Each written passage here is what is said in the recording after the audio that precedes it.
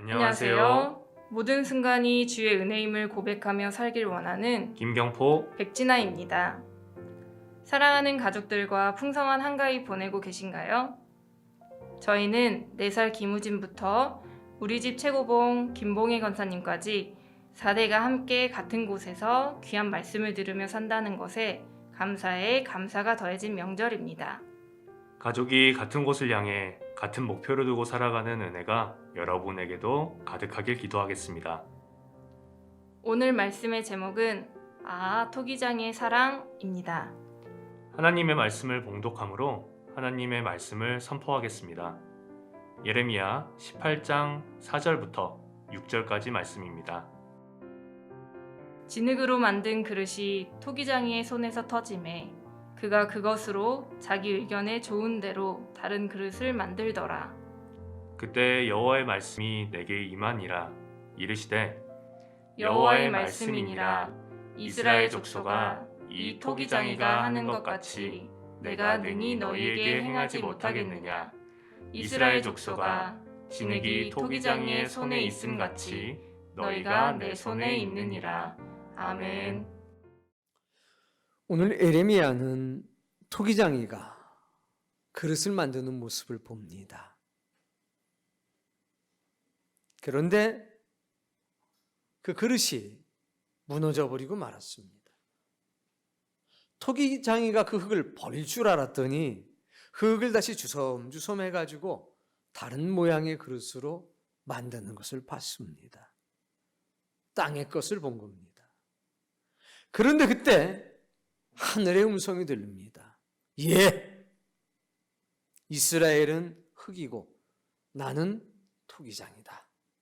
내가 너희를 토기장이가 새롭게 그릇을 만드는 것처럼 너희를 새롭게 하지 못할 것 같으냐. 예레미야는 큰 감동을 받고 하늘의 뜻을 깨닫게 됩니다. 여러분, 땅의 것을 보고 하늘의 것을 깨닫는 사람 복입니다. 하나님은 이 땅의 것을 통해서 하늘의 것을 깨달을 수 있도록 역사하시는 분입니다. 지나간 것을 통해서 될 일을 깨닫고 지나간 역사 속에서 살아계신 영적인 하나님의 손길을 깨닫게 될 때 우리는 큰 은혜 받았다고 얘기하는 겁니다. 오늘도 여러분은 여러분의 삶 속에서 역사하시는 하나님을 만나 뵙고 큰 은혜 받기를 바랍니다. 자, 모세라고 하는 사람이 있었습니다. 그는 나이 40이었고 애굽이라고 하는 거대한 나라의 왕이 계신 1순위였습니다. 그런데 그가 욱하는 감정을 참지 못했습니다. 애굽 사람과 히브리 사람이 다툼을 하고 있는 것을 보고 히브리 사람을 편을 들다 그만 분노해서 그냥 완반치 날렸는데 죽어버렸습니다. 인생의 절정에서 나락으로 떨어져 버렸습니다. 그는 광야로 도망합니다. 그리고 거기서 목동이 됩니다. 그렇게 세월이 40년이 흘렀습니다. 80이 되었고 노회완 목동이 되었습니다. 지나간 세월을 바라보면서 얼마나 목동, 나이든 노인으로 시들어가는 자신의 모습을 보며 얼마나 괴로웠을까. 그런데 그 순간 빛 가운데서 가시떨기에서 불타는 불 가운데서 하나님의 음성이 들립니다. 그때 그는 자신의 인생을 재해석하게 됩니다. 하나님이 나를 새롭게 하시는구나. 지나간 역사를 보며 자신의 인생의 최절정기에서 나락으로 떨어지고 비루하고 비참한 목동의 삶이 40년간 지속되는 그 어떤 순간 하나님의 음성을 듣고 비로소 깨닫게 되는 겁니다. 하나님이 날 새롭게 하고 계시는구나. 요셉을 아십니까? 그는 하늘과 땅의 특별한 사랑을 받던 사람입니다. 그 아버지 야곱은 요셉을 다른 형제들보다 훨씬 사랑했습니다. 그래서 채색 옷을 입혔습니다. 하나님도 그를 사랑했습니다. 그래서 꿈을 거듭해서 보여주십니다. 그런데 요셉은 사랑을 받을 줄은 알았지만 그 사랑을 베풀 줄은 몰랐습니다. 사랑은요, 받는 데 목적이 있질 않습니다. 특별한 사랑을 받으면 그 특별한 사랑을 나눌 줄 알아야 합니다. 그런데 어떤 사람들은 특별한 사랑을 받는 것에 머무릅니다. 영적으로 보면 어린 요셉과 같은 거죠. 딱 두 가지를 할 줄 압니다. 자랑. 하나님이 이런 걸 내게 주셨어. 두 번째, 교만. 나는 옳고 너는 틀려. 요셉이 어린 시절은 그랬습니다. 사랑을 받았지만 그 특별한 사랑을 나누고 베풀 줄 몰랐습니다. 오죽했으면 형제들이 죽이려고 했겠습니까? 오죽했으면 결국 노예로 팔려가게 됩니다. 그때 그의 나이 17이었습니다. 근데 그때 바로 요셉은 깨닫게 됩니다. 아, 하나님께서 나를 새롭게 하고 있구나. 성경에 그 순간 한 구절이 탁 들어갑니다. 인생이 가장 힘들고 어려울 때 요셉은 하나님이 함께하는 자더라. 그 특별한 사랑을 받기만 하던 시절엔 그 성경 구절이 없었습니다. 인생이 나락으로 떨어질 때 하나님이 그를 새롭게 빚는 순간 하나님이 함께하는 자라고 하는 놀라운 칭호를 얻게 됩니다. 오늘 성경은 우리에게 굉장히 단순한 진리를 보여줍니다. 4절 말씀 있습니다. 진흙으로 만든 그릇이 토기장의 손에 터짐에. 이걸 예레미야 선지자가 본 겁니다. 일상이죠. 특별할 것이 없는 일상입니다. 토기장이가 그릇을 만드는데 그릇이 무너지는구나. 진흙의 형태인 거죠. 틀이 돌아가면서. 아직 완성된 게 아닙니다. 보고 있으니까 그것으로 자기 의견에 좋은 대로 다른 그릇을 만들더라. 그거 버리는 게 아니라 새 흙을 갖다 만드는 게 아니라 이거는 내가 항아리로 만들려고 그랬는데 항아리 모양이 안 나오네. 밥그릇을 만들어야 되겠다. 이건 뭐 그냥 냉면 대접을 만들어야 되겠다. 해가지고 그것으로 다른 모양으로 만드는 것을 본 겁니다. 5절. 이게 중요해요. 그때. 우린 항상 일상의 모든 것을 보지요. 근데 그때 깨달음이 있어야 된다는 겁니다. 하나님이 주시는 깨달음. 땅의 것을 보고 하늘의 것을 깨달을 수 있다면 그게 큰 은혜를 받는 사람들입니다. 오늘 여러분 그런 사람 되시길 바랍니다. 6절.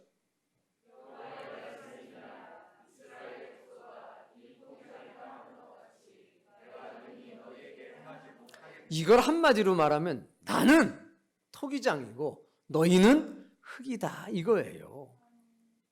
그리고 말합니다. 이야, 토기장이가 그릇을 만들려고 하다가 이게 무너졌다. 버리지 않고 그 흙 그대로를 가지고 필요한 다른 그릇을 만드는 걸 봤지. 나도 그래. 진흙이 토기장의 손에 있음 같이 너희가 내 손에 있어. 너희가 실망 때문에, 너희가 욕심 때문에, 너희가 교만 때문에, 너희의 자존심 때문에, 너희의 무능력 때문에 무엇가 안 됐어? 걱정하지 말어. 내가 새롭게 만들 테니까. 오늘 우리는 이 말씀을 통해서 깨달아야 합니다. 따라해 봅시다. 나는 흙이다. 이 깨달음이 있어야 됩니다. 나는 흙이다. 하나님의 손에 잡힌 흙이다. 이런 깨달음, 이어서 감동이 있어야 합니다. 흙은 뭐냐? 부서지는 존재입니다. 하나님께서 흙으로 사람을 만드셨습니다. 부서지는 존재로서의 흙, 그것으로 만드셨다는 겁니다. 그래서 우리는 날마다 상처받습니다. 아내한테 상처받고, 남편한테 상처받고, 부모님에게 상처받고, 자녀들에게 상처받고, 직장에서 상처받고, 학교에서 상처받고, 우린 흙으로 지음받아서 상처받은 존재입니다. 부서지는 존재라는 얘기입니다. 여기 상처받지 않는 사람들이 있습니까? 하나도 없습니다. 만약에 하나님께서 우리를 다이아몬드로 지으셨다면 우리는 기스도 안 날 겁니다. 절대로 상처받지 않는다는 겁니다. 그런데 왜 하나님께서 우리를 흙으로 만드셨을까? 거기에는 놀라운 비밀이 담겨져 있습니다. 상처 안 받는 게 중요한 게 아니라 상처를 받기도 하고 부서지기도 하는데 그 결과가 어떠한지를 보셔야 합니다. 그 결과 볼까요? 왜 흙으로 지으셨을까? 왜 상처받고 부서지는 존재, 그런 존재로 만드셨을까? 어느 날 예수님께서 길을 걷는데 한 사람을 만납니다. 맹인이었습니다. 예수께서 그를 부르셨습니다. 그리고 침을 뱉으셔서 흙을 막 이겨가지고 진흙 만드신 다음에 그의 눈에다가 발라주셨습니다. 그리고 이렇게 말씀했습니다. 그 실로암 못에 가서 네 눈을 닦아라. 해서 닦았더니 눈이 보였습니다. 상징이죠. 진흙은요, 꼬챙이로 다 찌르면 구멍이 나요. 근데 어떻게 메꾸는가 보면 그냥 진흙이어가지고 딱 발라놓으면요, 그냥 말짱해져요. 우리는 부서지고 우리는 상처받는 존재인지 하나님께서 흙으로 그냥 메꾸시면 되는구나. 부서지는 존재, 상처받는 존재. 그러나 하나님의 손에 붙잡으면 말끔하게 치유되고 회복되는 존재. 그게 우리구나. 진흙은요, 상처가 남지를 않아요. 왜? 물 좀 발라가지고 흙으로 싹 메꾸면 깜쪽 같습니다. 그래서 흙으로 만드신 겁니다. 뿐만 아니죠. 하나님께서 흙으로 된 우리에게 당신의 눈물을 부으십니다. 예수 그리스도의 보혈을 부으십니다. 그리고 그것을 당신의 발로 밟습니다. 모든 불순물이 빠져나갑니다. 그리고 그것으로 새롭게 빚으십니다. 흙이 아니라 그 흙으로 그릇을 만드신다는 겁니다. 왜? 영생을 담을 수 있는 그릇을 만드시는 거죠. 흙 자체로는 영생을 담을 수가 없어서 그릇을 만드셔요. 어떤 그릇이냐? 영생을 담을 수 있는 그릇으로 만드시는 겁니다. 그래서 그분은 항상 오르십니다. 그래서 그분은 항상 선하십니다. 그분은 무엇을 하시든지 오르신 분이십니다. 마음대로 하셔도 괜찮습니다. 왜? 흙에게 영원한 생명을 주시려고 거기에 당신님의 눈물을 붓고 예수님의 보혈을 부어서 그냥 으깨시는 겁니다. 진흙을 만드시는 거죠. 모세를 보십시오. 그는 되고 싶은 게 있었어요. 그런데 깨졌죠. 무너졌지요. 비참하고 비루한 인생, 그 나락으로 떨어져 버렸습니다. 오랜 세월이 흘렀습니다. 그런데 하나님이 그를 불러서 다시 조물조물하십니다. 새롭게 빚으십니다. 예, 너는 내 백성을 데리고 광야를 지나 가나안으로 가야 되겠다. 아이고 하나님, 나는 못합니다. 나는 혀가 짧아서 말을 못하고, 나는 나이가 들었고, 나는 애굽에 가면 죽습니다. 이 늙은이가 뭘 할 수 있단 말입니까? 아니다. 너는 선지자라. 내가 너를 새롭게 빚으리라. 지나간 과거를 돌이켜보니 하나님의 은혜였습니다. 여러분, 인생의 최절정기에서 인생의 나락으로 떨어졌습니까? 걱정하지 마십시오. 주님이 여러분 안 버리고 다시 빚으실 겁니다. 요셉을 아시죠? 어린 나이였습니다. 근데 그 사람을 하나님이 다시 빚으십니다. 영생을 담을 수 있는 그릇으로 빚으시는 거죠. 나이든 모세도 마찬가지예요. 영생을 담을 수 있는 그릇으로 빚으시는 겁니다. 한참 최전성기에 있었던 엘리야를 아시죠? 그는 불의 응답과 물의 응답을 받았습니다. 그런데 회개하지 않는 절대 권력 앞에서 은혜를 받고 하나님께로 돌아오지 못하는 주의 백성들을 보면서 그는 죽기를 자청합니다. 근데 하나님은 그를 호렙산으로 부르십니다. 거기서 다시 빚지 않습니까? 당신의 눈물을 적셔서 다시 빚어냅니다. 영생을 담을 만한 그릇으로 만드신 거죠. 그리고 엘리야가 얼마나 멋지게 살아가는지 여러분이 보지 않았습니까? 우린 때때로 절망 때문에, 낙심 때문에, 혹은 자기의 교만과 욕심 때문에 무너집니다. 한 번만 무너지나요? 수도 없이 무너지지요. 그런데 염려하지 마십시오. 여러분이 하나님의 손에만 붙잡혀 있으면 100번을 무너지고 1000번이 깨져도 괜찮습니다. 하나님이 새로 빚으실 거니까. 여러분이 원하는 어떤 인생이 당연히 있지요. 그런데 그게 안 된다고 낙심하지 말라 이겁니다. 절망하지 말란 말입니다. 냉면 그릇으로 좀 만들어야 되겠다 싶었는데 우리가 다 속성이 다르잖아요. 능력이 다 다르잖아요. 우리의 속사람이 다 다르잖아요. 그래서 우리의 약점 때문에, 우리의 무능력 때문에, 우리의 교만 때문에 이게 무너져요. 아, 이 친구는, 김 집사는, 박 집사는 이 냉면 그릇 안 되겠구나. 이 종지기로 만들어야 영생 담기겠구나 하면 하나님이 바꾸시는 거죠. 아이고 이놈은 안 되겠다 던지시는 게 아니라 붙잡아서 바꾸신다 이겁니다. 뭘 담으려고 하시느냐? 영생을 담으려고. 아이고 밥그릇을 만들려고 그랬는데 아이고 이놈은 좀 그릇이 커. 그래서 다시 큰 항아리로 만드실 수도 있다는 겁니다. 문제는 크고 작고가 아니죠. 거기에 무엇이 담겨야 되느냐? 영생이 담겨야 되는 겁니다. 그래서 하나님은 나이 든 사람에게도 영생을 담을 수 있는 그릇을 만드시려고 지금도 동분서주하시는 거고, 어리고 젊은이에게도 영생을 담을 수 있는 그릇 만드시려고 동분서주하시는 거니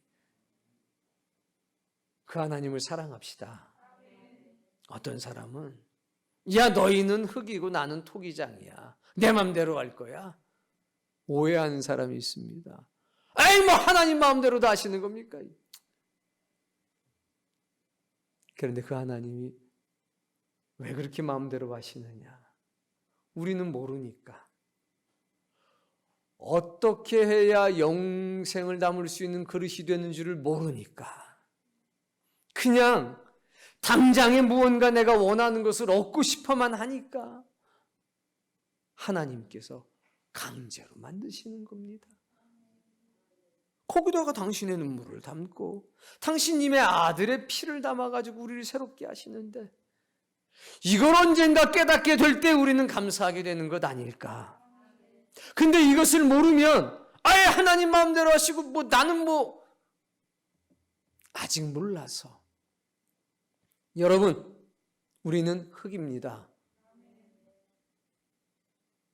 하나님의 손에 잡힌 흙입니다. 절대 주권을 가지고 계신 하나님, 그분이 왜 항상 오르시냐? 우리에게 영생 주시려고 당신의 눈물과 당신의 아들이신 예수 그리스도의 피로 우리를 빚으시고 있기 때문에 그렇습니다. 어떻게 하면 영생을 담을 수 있게 할까? 우리는 그냥 우리의 미련함 때문에, 우리의 욕심 때문에 이렇게 무너지고 저렇게 무너지는데 그때마다 다시 만드시는 거죠. 그래, 너 냉면 그릇은 안 되는구나. 그럼 내가 밥그릇 만들어 볼게. 아이고, 넌 또 밥그릇도 안 되는구나. 그럼 내가 뭐 국그릇 한번 만들어 볼게.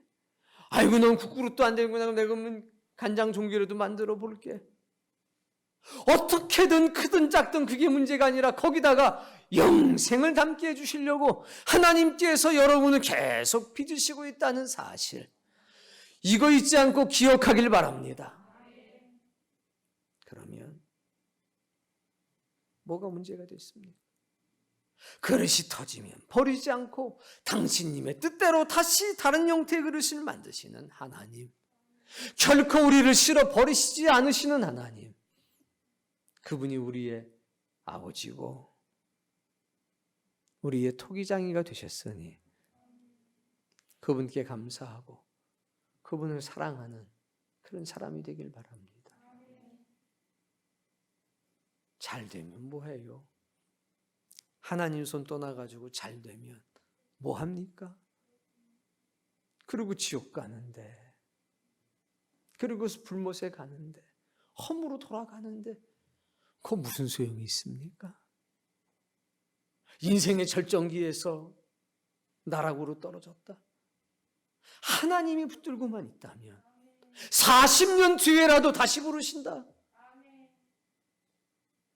특별한 사랑을 받지만 그 사랑을 받을 줄만 알지 나누는 법을 몰랐던 요셉.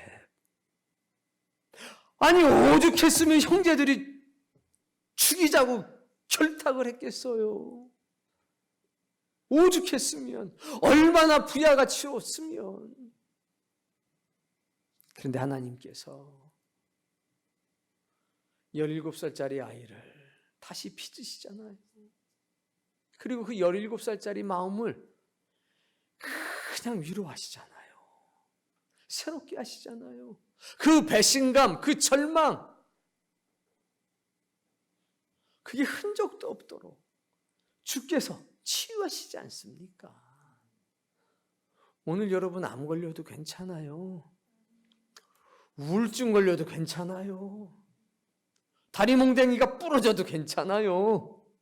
인생에 이런저런 사건과 사고가 나도 괜찮습니다. 주님이 여러분을 붙잡고만 계시면 여러분 안에 영생을 담을 만한 그릇으로 빚으시고 만드실 겁니다.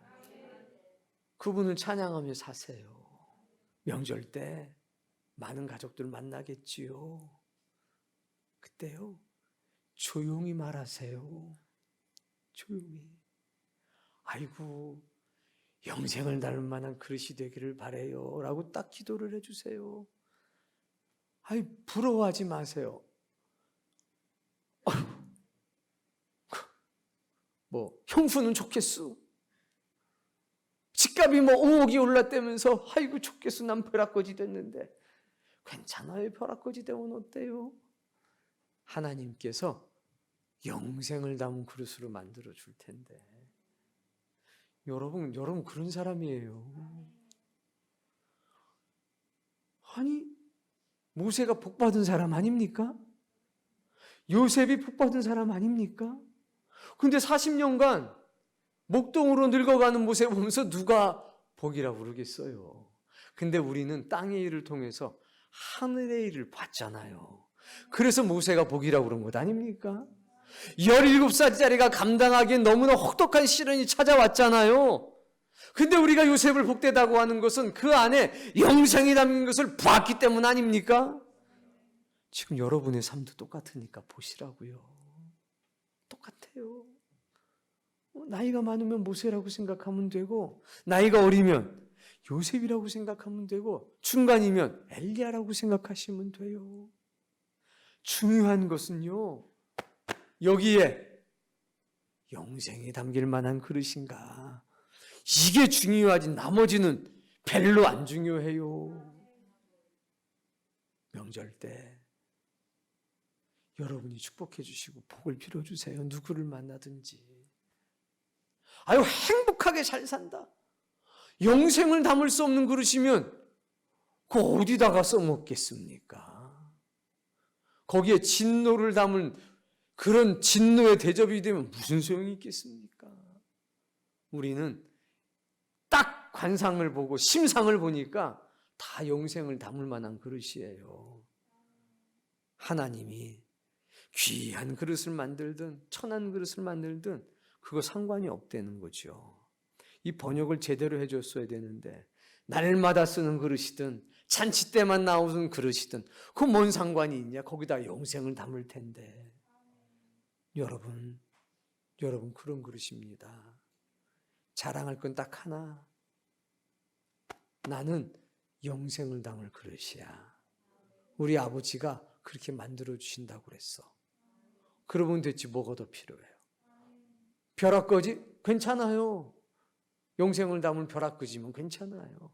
벼락부자? 괜찮아요. 영생을 담을 건데. 이 명절 기간이 하나님께서 여러분을 새롭게 지으시는, 빚으시는 그런 시간들이 되길 바랍니다. 아이고, 대금 몇 번째요? 나는 37번째요.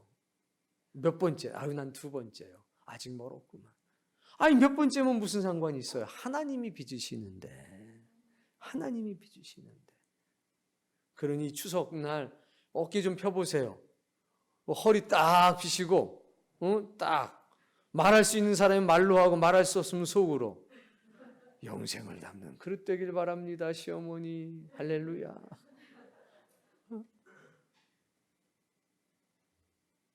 기죽지 마시고, 특히 서울 사람 만날 때 조심하시고, 일단 코로나를 조심하시고, 2번째 집값 여기는 막 그냥 올랐는데 나는 절대 그런 생각하지 마시고 축복해 주세요.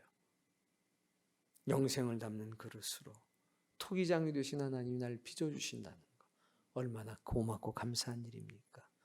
그러면 됐지 다른 게 무엇이 필요할까요? 모세도 새롭게 빚으시는, 자기 자신을 새롭게 빚으신 하나님을 보면서 큰 은혜를 받았습니다. 요셉도 새롭게 자기를 빚으시는 하나님을 보시면서 큰 은혜를 받았습니다. 큰 은혜는 바로 그거죠. 오늘 여러분 명절 기간 내내 큰 은혜를 받기를 바랍니다. 짧은 인생이든 긴 인생이든 상관이 없습니다. 주가 나를 새롭게 빚으시고 계시는구나. 이 은혜를 꼭 느끼는 명절 시간이 되기를 바랍니다. 로마서 말씀 한 구절 함께 읽어보겠습니다. 9장 21절.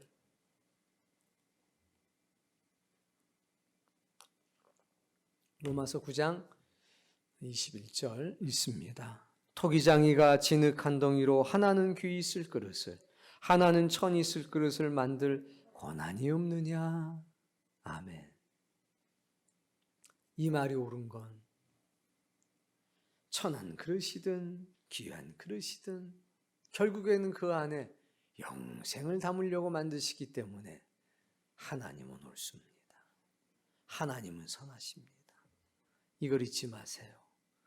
옆에 계신 분들 그래도 가까운 사람끼리 앉았을 텐데 한번 얼굴을 보세요. 보세요. 좀 눈이 좀 마주치면 좋은데. 그래. 영생을 담을 만한 상인가?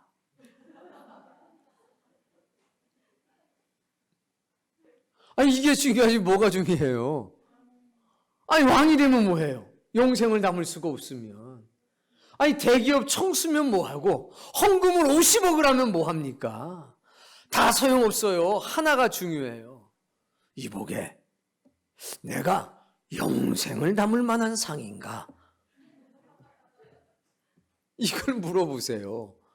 딱 봤더니 내가 보니까 영생을 담을 만한 상입니다. 여러분 복 받을 상입니다. 뭐 중간에 굽이굽이 어떤 일이 있었든 전 모르겠습니다. 뭐 요단강을 건넜다 왔다 했든 뭐 노예 생활을 했든 뭐 뭐를 했든 전 상관없고요. 그냥 딱 보니까 영생을 담을 상이더라. 하나님이 지금 여러분을 새롭게 빚고 있다. 끝. 이거면 됐지. 명절 때 너그럽게 만나세요. 그리고 복을 빌어주세요. 아이고 시아주머니, 아이고 조카, 영생을 받을 만한 그릇이 되세요. 하나님의 눈물로 그 역사를 이루고 계십니다. 이런 멋진 복음을 전하고 올 수 있는 복의 사람 다 되시기를 주의 이름으로 축복합니다.